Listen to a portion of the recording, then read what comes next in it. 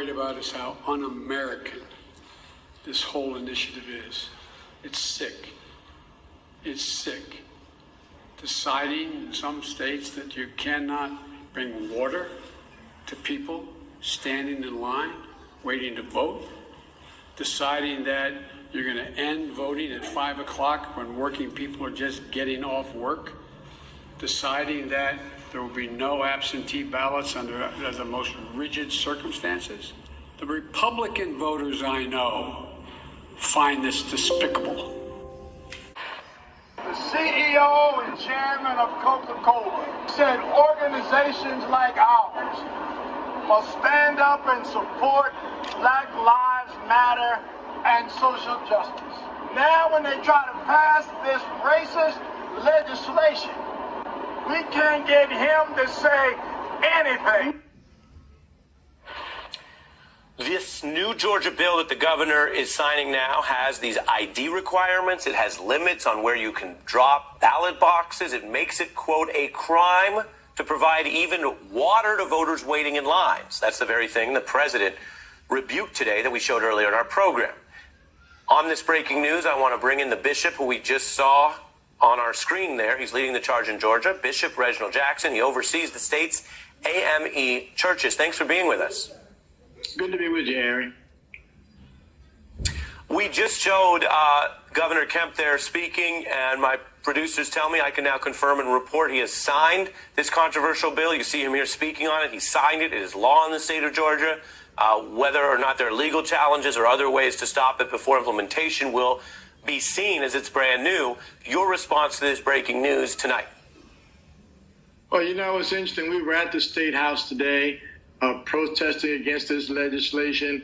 A group of faith leaders met with the lieutenant governor to discuss this matter.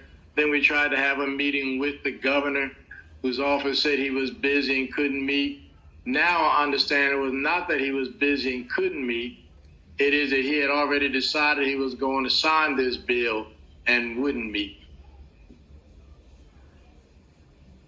And what do you say to people who are hearing about this tonight?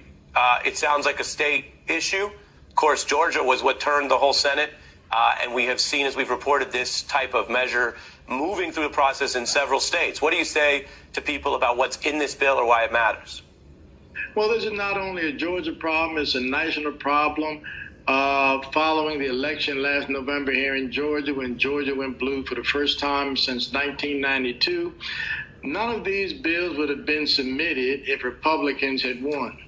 These bills are submitted because Republicans lost. And they claim that they submit these bills because there is a lack of integrity and confidence in Georgia's elections. Well, that is sheer hypocrisy. In 2018, the then Secretary of State, who was also the Republican candidate for governor, dropped 500,000 names off the rolls in Georgia, many of them people of color. There was no outcry. There was no investigation. There was no legislation.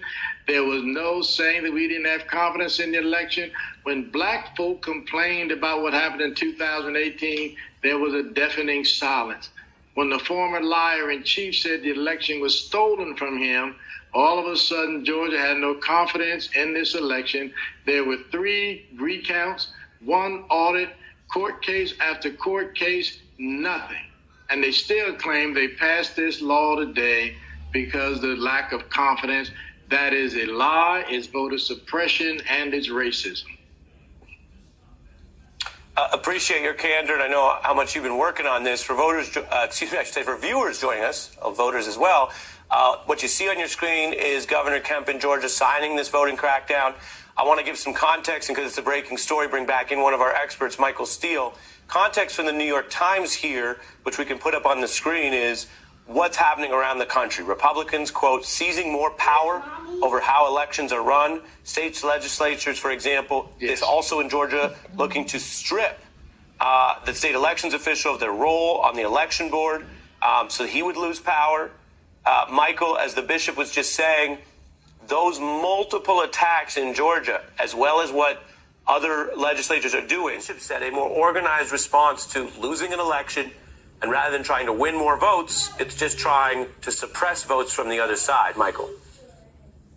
Yeah, I think you're exactly right about that, Ari. So the question to Republicans in Georgia and Arizona and elsewhere that are taking rights, voting rights away from black people across this country in places like Philadelphia, Atlanta, Detroit.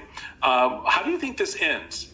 How do you think this ends for you? Do you think black folks are just going to sit by and just let you get away with this?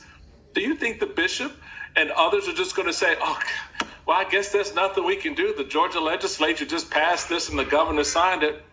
Every last one of your names go on a ballot. Enjoy your time in office, because you're going to see the power of the vote come back on you like a hammer for the action you've taken and the bill that was signed into law today. It is antithetical to everything our party has stood for in its history, and it's antithetical to everything this country has stood for. This is suppression. There are consequences here. Don't just think people are going to roll over. You can't have a drink of water brought to you while you're standing in a line to vote. By the way, a line created by policies like this, when you move good working machines out of black neighborhoods and put in bad machines, or you don't fix the machines that are there, or you move polling places. So now instead of maybe 1,000 people during the course of a day going to that poll, 3,000 people show up at that poll that's built to accommodate 1,000. You don't think that's going to have a consequence? It's just amazing to me that you are so afraid to put good candidates and good policy in front of the people of Georgia.